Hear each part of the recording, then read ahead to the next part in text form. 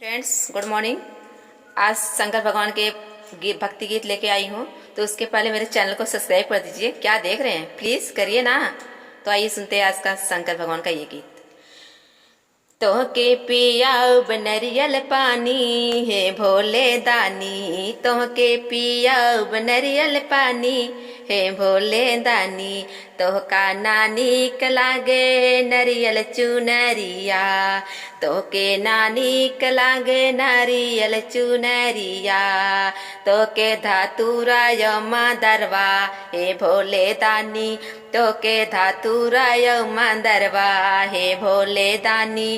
तोके पियऊ नरियल पानी हे भोले दानी। तोका नानीक लागे पूड़िया मिठैया, तोके ना मीठ लागे पूड़िया मिठैया।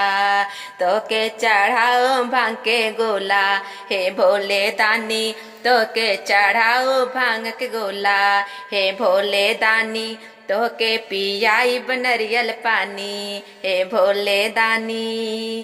तोके नानीक लागे नारियल चुनरिया, तोके नानीक लागे नारियल चुनरिया।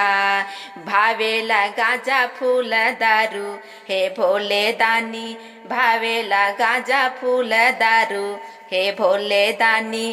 तोके पियाई बनरियल पानी हे भोले दानी, तोके पियाई बनरियल पानी हे भोले दानी। तोके पियाई बनरियल पानी हे भोले दानी।